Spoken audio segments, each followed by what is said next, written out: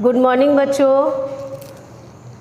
आज मैं 12 art home science का खंड खा का समाजशास्त्र का पाठ 3 बाल विवाह उसके गुण व दोष, इसका भाग 2 का वीडियो बना रही हूँ। इसके पहले भाग 1 का वीडियो आपको YouTube पर मिल जाएगा, जिसमें आपको बताया गया है बाल विवाह क्या है, बाल विवाह किस कारणों से होता है, बाल विवाह के क्या गुण तथा लाभ हैं और बाल विवाह के दोषों को बताया गया है।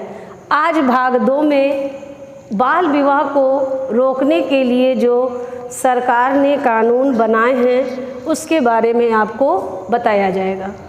बाल विवाह जो कि हमारे समाज के लिए एक अभिशाप है, जिसे कि समाप्त करने के लिए भारत सरकार अत्यंत प्रयत्नशील है तथा उसने बहुत से कानूनों को बनाया है।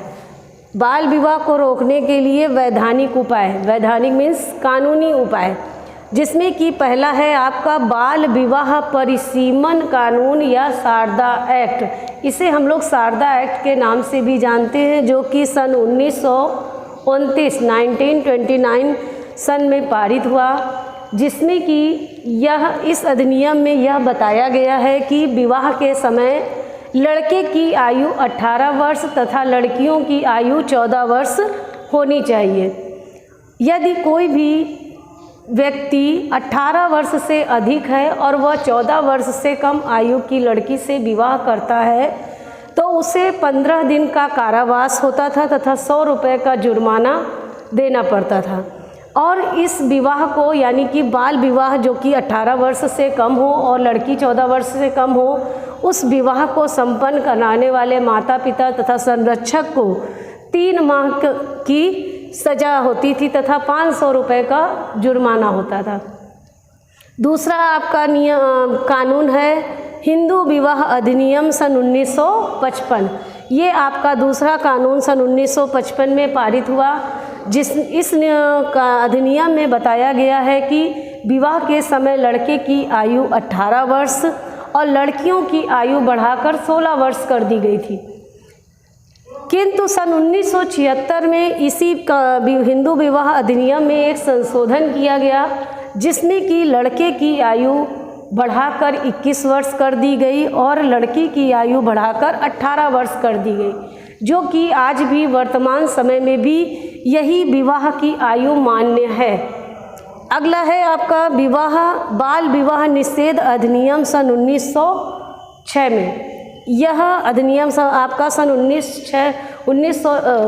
2006 में पारित किया गया, किंतु यह लागू हुआ आपका अगले साल 1 नवंबर 2007 में, जिसमें कि लड़के की उम्र 21 वर्ष तथा लड़कियों की उम्र 18 वर्ष निर्धारित की गई।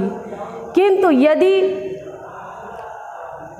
यदि कोई इस आयु से कम पे विवाह करता है या बाल विवाह करता है तो उसे 2 वर्ष की सज़ा तथा 1 लाख का जुर्माना देना होता है तथा इस विवाह को संपन्न कराने वाले यानी बाल विवाह को संपन्न कराने वाले संरक्षक को भी जो है सज़ा प्राप्त होती है।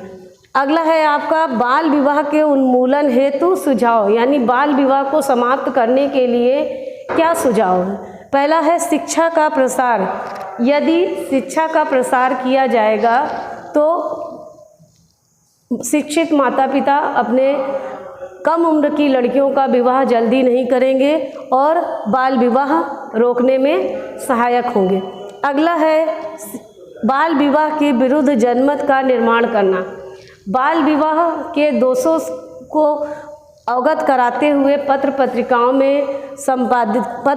में इसके लेख संपादित किए जाने चाहिए। रेडियो में इसका जो है इसके दोषों के बारे में बताया जाए तथा सोशल मीडिया आदि के द्वारा लोगों में एक जनमत तैयार किया जाना चाहिए कि बाल विवाह हमारे समाज के लिए एक अभिशाप है, तभी हम बाल विवाह से मुक्ति पा सकते हैं। अगला है दहेज प्रथा का विरोध। दहेज के कारण लोग बाल विवाह करते हैं, अतः दहेज प्रथा का विरोध करके हम बाल विवाह को रोक सकते हैं। अगला है अंतर जातीय विवाह का प्रचलन। अंतर जाति का मतलब है कि कुलीन विवाह, यानी आप ये ज़रूरी नहीं है कि अपने से उच्च वर्ग में ही शादी की जाए तथा कुलीन विवाह को प्रोत्साहन देकर वरमूल प्रथा को समाप्त करके तथा दहेज प्रथा को समाप्त करके हम बाल विवाह को समाप्त कर सकते हैं। अगला है कानूनों को कठोरता से लागू करना, यानी कि बाल विवाह को समाप्त करने के लिए जो कानून बनाए गए हैं उन नियमों की कठोरता से सरकार द्वारा पालन कराया जाए, जिससे कि यह बाल विवाह जो है वो समाप्त हो सके। अब आप जानते हैं कि बाल विवाह के कारण हमारे समाज में लड़कियों की स्थिति बहुत दयनीय है। आधुनिक समाज में लड़कियों की सुरक्षा बहुत ज़रूरी है। समाज में लड़कियां अपने को सुरक्षित नहीं मानती हैं और सुरक्षित नहीं भी हैं। इसका निम्न कारण है। पहला तो समाज में लड़के और लड़कियों में भेद होना। दूसरा, आपराधिक मानसिकता के कारण भी समाज में लड़कियां अपने को असुरक्षित मानती हैं तथा मनोवैज्ञानिक दबाव के कारण और अशिक्षित होने के कारण भी लड़कियां समाज में अपने को असुरक्षित मानती हैं। किसी भी पुरुष को तभी विवाह करना चाहिए जब वह जीविकोपार्जन के योग्य हो जाए तथा धन अर्जित कर सके, अर्थात 21 वर्ष की आयु के पश्चात ही पुरुषों को विवाह करना चाहिए। इस तरह से आपका पाठ 3 बाल विवाह गुण एवं दोष यहीं पर समाप्त हो रहा है। अब आगे अगले पाठ में, अगली वीडियो में आपको अगला पाठ बताया जाएगा। धन्यवाद।